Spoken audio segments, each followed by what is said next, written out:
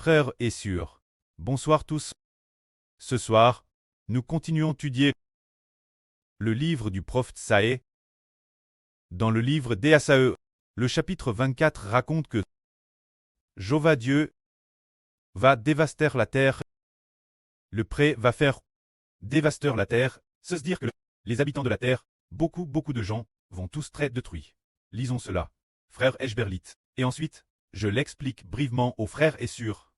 Il est dit ici, voici, l'Éternel dévaste la terre et la rend déserte. Il en bouleverse la surface et en disperse les habitants. Il en est du peuple comme du sacrificateur, du serviteur comme du maître, de la servante comme de la maîtresse, de l'acheteur comme du vendeur, de celui qui prête ou de celui qui emprunte. Tous sont également disperses. C'est-à-dire que, qu'ils soient riches ou pauvres, propriétaires ou sans logement, débiteurs ou non-endettés, créanciers ou asservis par leur crédit. Tout le monde est log, la madame enseigne. Dieu dit qu'ils seront tous disperses. Le précleste a décerté que l'humanité entière sera disperse.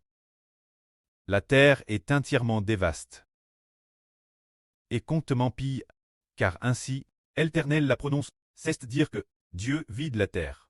C'est dire qu'il fait en sorte que toute l'humanité, une immense multitude de gens, ne sache plus, s'exiler sans abri. Il est dit ici, la terre est en deuil puis le monde est languissant, puis les chefs du peuple de la terre sont languissants. La terre est souillée par ses habitants, car ils transgressaient les lois, violaient les ordonnances, rompaient l'alliance éternelle. C'est pourquoi la malédiction dévore la terre, et ses habitants portent la peine de leurs crimes. C'est pourquoi les habitants de la terre sont consumés, et il n'en reste qu'un petit nombre. Quand la terre, Dieu va détruire beaucoup de gens, cause de l'âme chancée de la terre, qui est le péchage de l'humanité, ce qui a souillé la terre. C'est pourquoi l'Éternel Dieu va consumer la terre et va la maudire. La terre est dévorée par la malédiction. Les habitants de la terre seront punis. Les habitants de la terre seront consumés, et il ne restera que peu de survivants. C'est-à-dire que beaucoup de gens sont destinés à être consumés. Ceux qui restent ne seront pas nombreux. TRS peu nombreux. Le mot est en deuil. La vigne est languissante. Tous ceux qui avaient le cœur joyeux soupirent. La joie des tambourins a cessé. La gaie des bruyants festins a pris fin. La joie de la harpe a cessé. On ne boit plus de vin en chantant. Les boissons fortes sont âmes celui qui les boit. La ville de la confusion, détruite, toutes les maisons sont fermes. Personne ne peut y entrer. Faisant cesser toute joie, a complètement disparu. Toute la terre est dans le deuil. La terre, quoi ressemble-t-elle? Ah, la terre. Les habitants de la terre, tous les peuples de la terre, sont comme après qu'on a secoué l'olivier, ou comme après la vendange du raisin.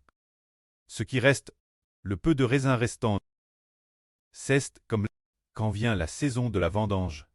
Les raisins sont tous cueillis, presque entièrement cueillis. Il en reste peut-être quelques-uns oubliés, ou bien oubliés, une petite grappe non cueillie. C'est dire que la terre en est arrive ce point. Pourquoi Dieu veut-il détruire la terre, détruire l'humanité? Ce point, cette cause du péché de l'humanité, qui s'est manifeste devant Dieu. Le péchage de l'humanité, qui refuse de se repentir, et continue de faire le mal. Alors, le temps est venu. Dieu le temps de se repentir est venu, toujours, refusant d'accepter le salut du Seigneur. Le précleste a décerté que toute l'humanité, tous sont pécheurs. De plus, tous sont descendants d'Adam. Tous ont péché. Mais, le pré donne le salut l'humanité, en donnant ce qu'on appelle l'évangile, le Seigneur Jésus-Christ et le frère Eshber. Donne l'humanité, afin que l'humanité puisse par le Seigneur et le Fils du Seigneur. Très préserve, mais les gens ne veulent pas l'accepter. Le temps de patience du pré est DJ termine, le pré à DJ cesse de patienter, alors, il va vider la terre. Mais, comme il est dit ici, toutes choses sur la terre sont comme l'olivier qu'on a secoué, ou comme après la vendange de la vigne, les quelques raisins restants. Se dire que pourtant, bien qu'il reste terrestre peu de personnes, elles n'ont pas été détruites par Dieu. Dieu les a préservées, ceux qui la sauvent pour l'avenir. Ils pousseront des cris de joie. Il est dit ici, les survivants élèveront leur voix avec des cris de joie, ceux de l'Occident célèbreront la majesté de l'Éternel. Ceux de l'Orient glorifieront l'Éternel. Dans les laits de la mer, ils glorifieront le nom de l'Éternel, le Dieu d'Israël. Nous entendons des cantiques du bout de la terre qui chantent gloire au juste. Le juste est celui qui est droit. Mais moi je dis, je suis perdu. Je suis perdu. Malheur, moi. Les traîtres agissent avec trahison. Les traîtres agissent avec trahison. Oui, il est dit ici, la prophétie, les traîtres seront finalement tous détruits. Mais, ceux qui restent, que Dieu a préservés, de ne pas les détruire pour le moment. Ceux qui ne sont pas détruits, le pré leur donne l'occasion d'accepter le salut du Seigneur, d'accepter ceux qui sont disposés à accueillir le salut du Seigneur Christ, leurs PHH seront pardonnés. Aujourd'hui, le frère Hbert triait des chansons. Dans le processus de création de chansons, il y a écrit au sujet de Mose, dans le Deutéronome. Son rapporte les paroles de Mose. Mose a dit ceci. Ces commandements ne sont pas trop difficiles à observer pour vous.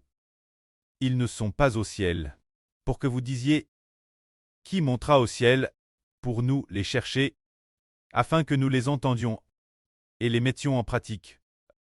Ils ne sont pas non plus dans l'abîme, pour que vous disiez, qui descendra dans l'abîme, pour nous les chercher, afin que nous les voyions, et qu'ensuite nous puissions les mettre en pratique. Ces commandements, en fait, sont terrestres, faciles à observer. Ils sont dans votre bouche et dans votre cœur. Ces paroles, si le Saint-Esprit ne les explique pas, personne ne les comprend. C'est dire que ce que Mose voulait dire, c'est que les commandements de Dieu sont terrestres, faciles à observer.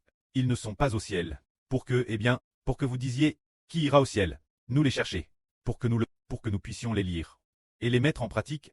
Ils ne sont pas non plus au jour des morts, pour que vous disiez, qui descendra au jour des morts, pour chercher les commandements de Dieu, afin que nous les voyions et puissions les mettre en pratique. En réalité, les commandements de Dieu sont dans votre bouche et dans votre cœur. Époque, on ne sait pas pourquoi. Mose a écrit de telles paroles.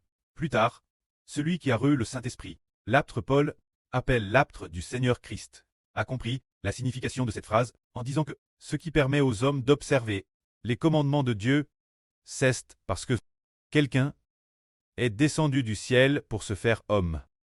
Pourquoi sommes-nous incapables d'observer les commandements de Dieu, au point que Dieu doive exterminer ceux qui ne peuvent pas observer les commandements, exterminer ceux qui continuent à faire le mal que fait l'homme ne vient pas de l'homme lui-même.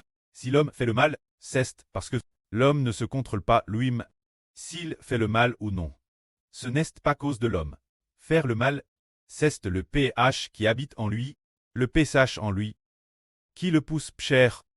Mais, s'il y a quelqu'un du ciel, Jésus qui s'est fait homme, alors, il est descendu du ciel et s'est fait homme. Il s'est fait homme. Dans quel but? Pour que nous voulions appartenir son nom, tant que nous invoquons le nom de Jésus-Christ, en l'appelant notre Seigneur de la bouche, en confessant de la bouche qu'il est notre Seigneur, et en l'acceptant dans notre cœur comme notre Seigneur. Alors, notre esprit, quittait l'origine sous l'autorité de Satan. Satan tend le roi de notre esprit. Satan tend le Dieu de notre esprit.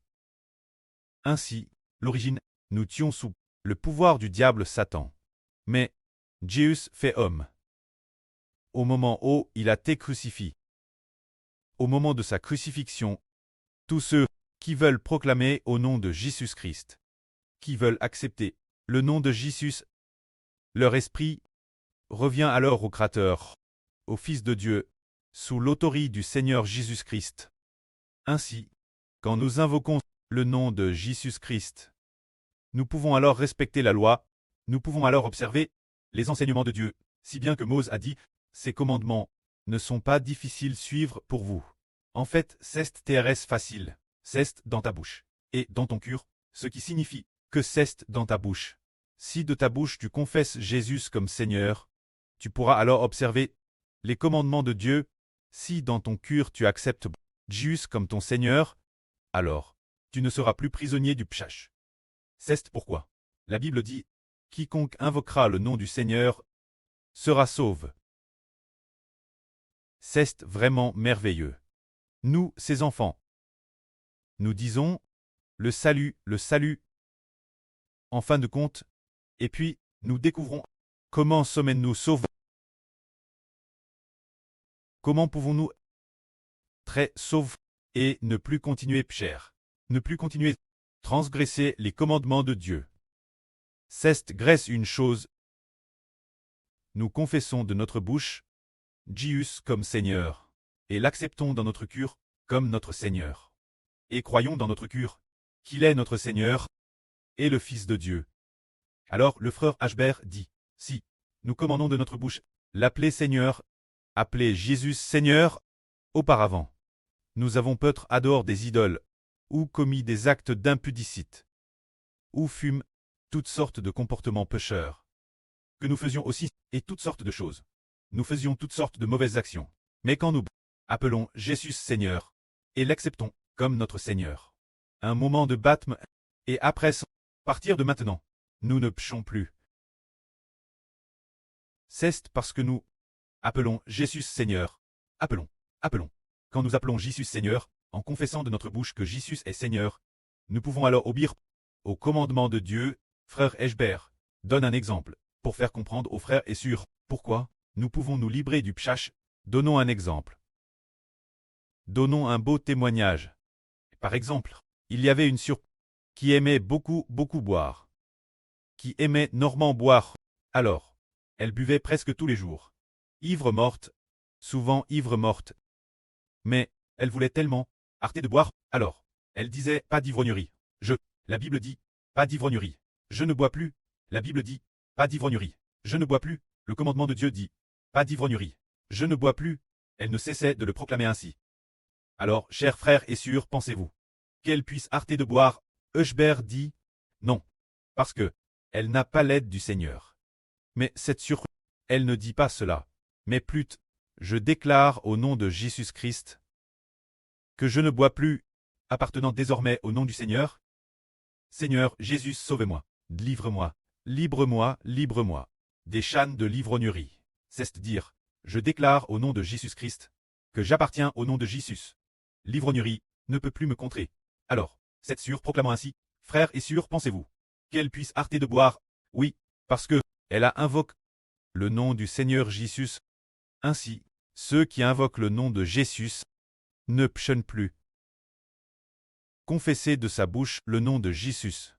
Invoquer de sa bouche Jésus comme Seigneur, et dans tout notre esprit, accepter Jésus comme notre Seigneur. Alors, notre esprit, qui appartenait l'origine aux mains de Satan, maintenant appartient aux mains de Jésus. Et Jésus dit, tiens, elle m'a dit j'appelle son Seigneur. Je suis son Seigneur, je vais la sauver, pour qu'elle ne soit plus par l'alcoolique, par le péchage de l'alcoolisme, pour qu'elle ne soit plus par ce péchage de l'ivrognerie, par lui. Ainsi, tous les péchas, parce que Jésus est devenu notre Seigneur, font que nous ne péchons plus, que la gloire soit rendue auprès et au Seigneur. Amen.